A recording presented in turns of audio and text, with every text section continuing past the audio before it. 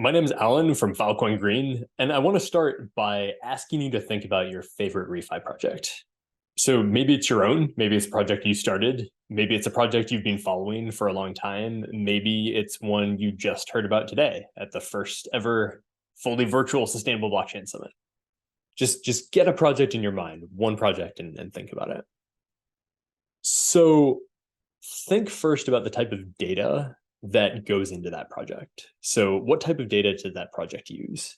Maybe it uses satellite data. Maybe it uses data from carbon offset registries. Maybe it uses electricity use measurements or data from things like data centers or buildings. Does this project measure electricity production rather than use from things like solar farms or wind farms? Maybe this project collects water and ambient DNA from that water and uses that to measure biodiversity. Or maybe this project gets a bunch of people on the ground to take pictures of trees or ecosystems or plants or animals and uses that to document natural systems. Now think about the data that comes out of the project or the claims that come out of the project. Maybe this project issues carbon offsets like the Regen network. Maybe this project issues renewable energy certificates. Maybe it documents renewable energy production and then matches that to energy consumption afterwards. Or maybe this project rates other people's claims. Maybe the data that comes out of this project tells you who to trust and which claims might be a little more difficult to verify. What I want to highlight here is that there's always a gap between the two, right? The data coming in and the claims going out. And that gap is ultimately between doing good work on one side and getting credit for it on the other. So that gap has to be filled by collecting the right data in the right way and processing it so that institutions, standard setting organizations, and funders will take you seriously and actually buy what you're selling. And for whatever ReFi project you're thinking about, chances are that they followed some set of existing standards for making these claims, but that they had to implement, do a lot of work to actually, in practice, follow that standard, right? They probably had to write the code or build the system or implement whatever they had to do to actually get that standard to work, even though it already existed. I'm not talking about the interesting part of starting a new project, right? It's not the business model. It's not the project-specific considerations of working in this environment or this ecosystem or with this social group. It's the plumbing and the compliance, right, that goes into actually getting this project off the ground. How do you collect and present data in the right way for established players to take you seriously? And because there aren't good standard ways of doing this, most projects, and probably the project that you're thinking about, had to reinvent the wheel.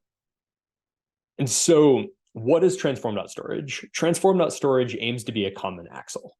So if everyone in ReFi is reinventing the wheel, say your project, right? It runs on a wheel that may or may not have been reinvented. The point of that wheel is to allow that project to run on the right rails. Transform.Storage is an axle that if you have a wheel, you can fit it onto that axle. If someone else has made a wheel that does the thing that you want, hopefully it fits onto that Transform.Storage axle too, and it's going to allow you to use that and get where you need to go faster by collecting data, proving that that data meets the standards it needs to, and then making claims that standard setting organizations will actually trust. So I'm not going to talk here a lot about the actual data model behind Transform.Storage or the structure. You can see the ECC talk here or go to provenanceprotocol.io and look at the paper to get more information about how it actually works. What I'm going to talk some about is where we're going, why we've built things the way that we are, features that are around the bend that are going to be coming out soon, and then talk some about what people have already used these features for and things that people are already building on Transform.Storage. So Transform.Storage uses something called a wiring diagram, and we're interpreting it based on category theory, which is a branch of math focusing on composition. Composition in this case means that if you have a path from A to B, and you have another path from B to C, then you definitely have a path from A to C. That's what composition means, and that's what category theory studies. Transform.Storage is based on the idea of a computational graph. Data flows from left to right, and it's represented by a line. Every box on the grid is a function, which can have multiple inputs and outputs. In this example, some data flows into a function, and it gives two different outputs. One output splits and combines with data from another source. That function returns its output along with a copy of the output from the first function. Because this is all based on what's called an operad algebra, everything behaves the way that you would intuitively expect it to. But because we've anchored everything, the data, the functions, and the data types in content addresses, we're able to roll everything up into a data structure that interoperates between chains. Also, because this is based on both operad algebras and content addresses, we can take this entire computational graph and give it multiple layers. The first layer is verifiable data assets. The next layer are functions that transform that data, which again are content addressed. Then the third layer is provenance tracking where the data and functions came from and allowing you to decide whether you trust an output automatically using your trust settings. What this means is that you can take a compute pipeline like this and reuse it.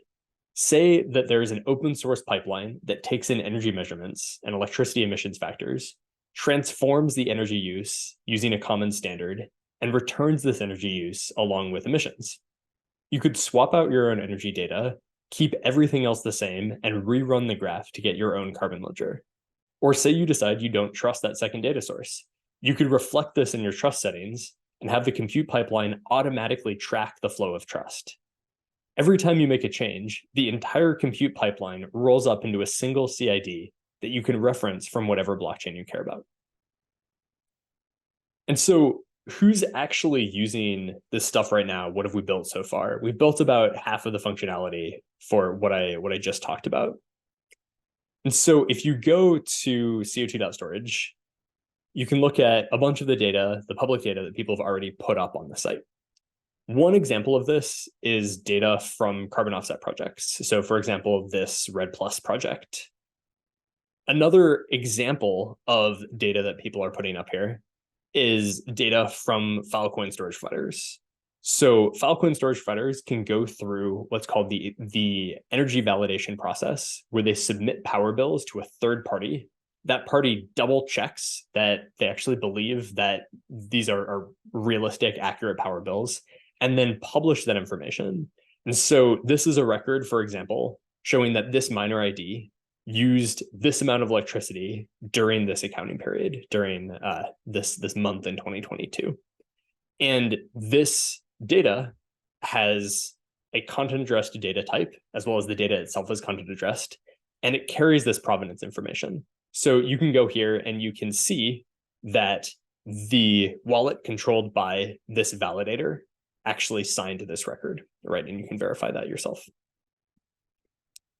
Other types of data that people are putting on here are things like standards for tokenized carbon, right? So the IWA standards now have a set of schemas on CO2.Storage.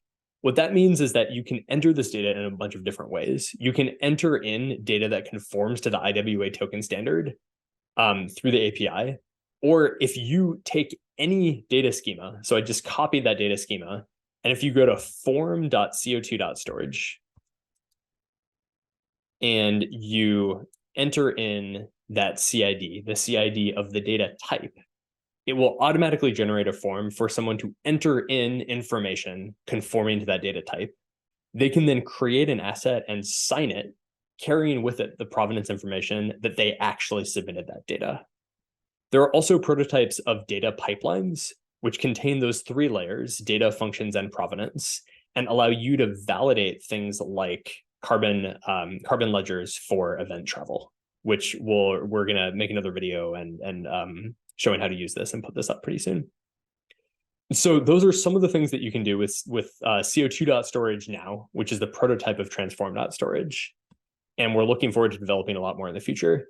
If you want to hack on these tools and also tools from our friends at places like Gitcoin and Drips Protocol and Lit Protocol and Brave, check out the Funding the Commons hackathon and check out a lot of these tools and win some bounties.